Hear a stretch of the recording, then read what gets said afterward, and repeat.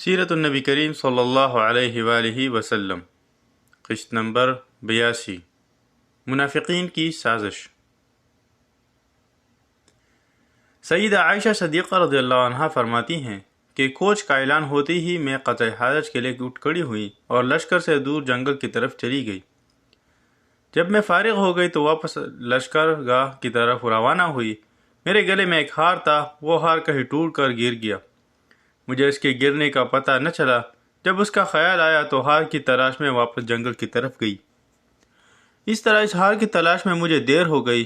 لشکر میں جو لوگ میرا بوجھ اٹھا کر اونٹ پر رکھا کرتے تھے، انہوں نے خیال کیا کہ میں ہوج میں موجود ہوں۔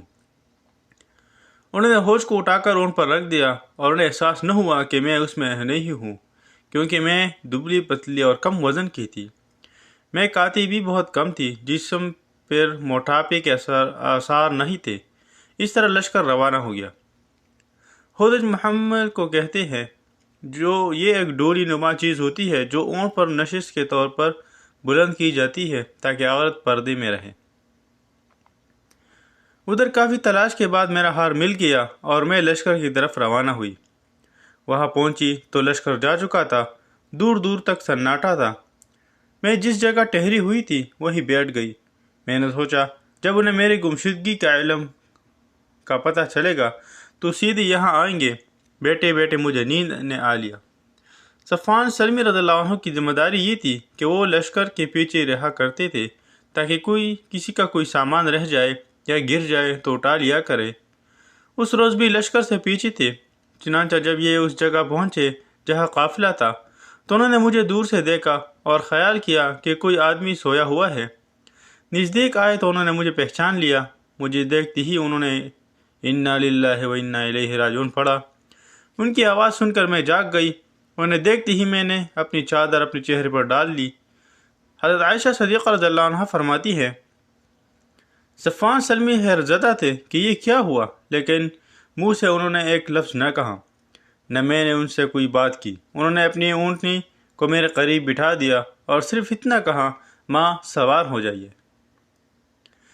میں نے اونٹ پر سوار ہوتے وقت کہا، حسبی اللہ و نعم الوکیل، اللہ تعالیٰ کی ذات ہی کافی ہے اور وہی میرا بہترین سہارا ہے۔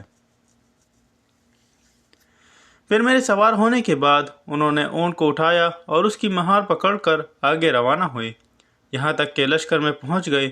لشکر اس وقت نخل ظہیرہ کے مقام پر پڑاؤ ڈالے ہوئے تھے اور وہ دوپہر کا وقت تھا۔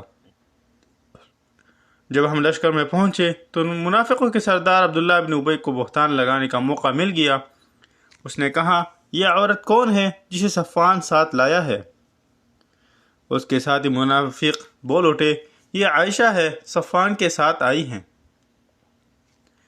اب یہ لوگ لگے باتیں کرنے۔ پھر جب لشکر مدینہ منورہ پہنچ گیا تو منافق عبداللہ بن ابی دشمنی کی بنا پر اور اسلام سے اپنی نفرت کی بنیاد پر اس بات کو شہرت دینے لگا۔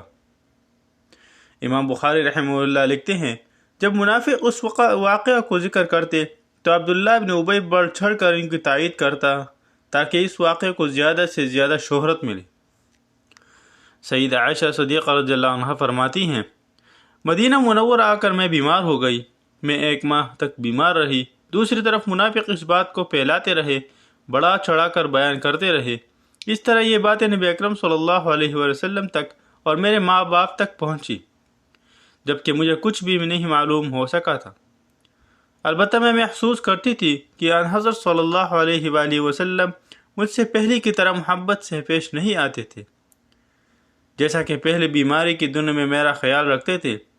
دراصل حضور اکرم صلی اللہ علیہ وسلم اپنے گھرانے پر منافقین کی الزام تراشی سے سخت غمزدہ تھے۔ اس فکر و رنج کی وجہ سے گھر والوں سے اچھی طرح گل مل کر بات کرنے کا موقع بھی نہ ملتا تھا۔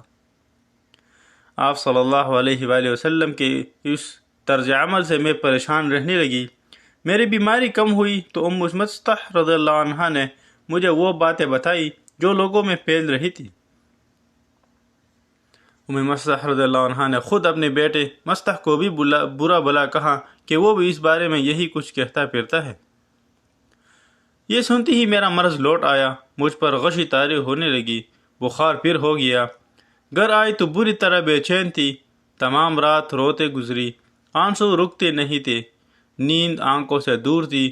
صبح نبی اکرم صلی اللہ علیہ وآلہ وسلم میرے پاس تشریف لائے۔ آپ صلی اللہ علیہ وآلہ وسلم نے پوچھا کیا حال ہے؟ تب میں نے عرض کیا کہ کیا آپ مجھے اجازت دیں گے کہ میں اپنے ماں باپ کے گھر آؤں؟ آپ صلی اللہ علیہ وآلہ وسلم نے مجھے اجازت دے دی۔ دراصل میں چاہتی تھی اس خبر کے بارے میں والدین سے پوچھوں۔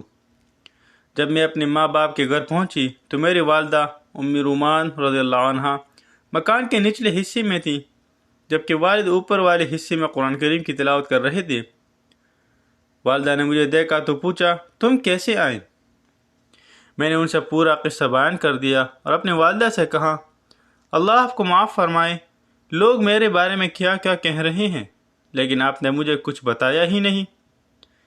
اس پر میری والدہ نے کہا بیٹی تم فکر نہ کرو، اپنے آپ کو سنبھالو، دنیا کا دستور یہی ہے کہ جب کوئی خوبصورت عورت اپنے خاوند کے دل میں گر کر لیتی ہیں تو اس سے جلنے والے اس کی عیب جوئی شروع کر دیتے ہیں۔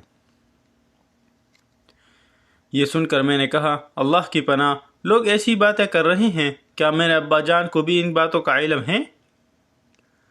انہوں نے جواب دیا ہاں انہیں بھی معلوم ہے۔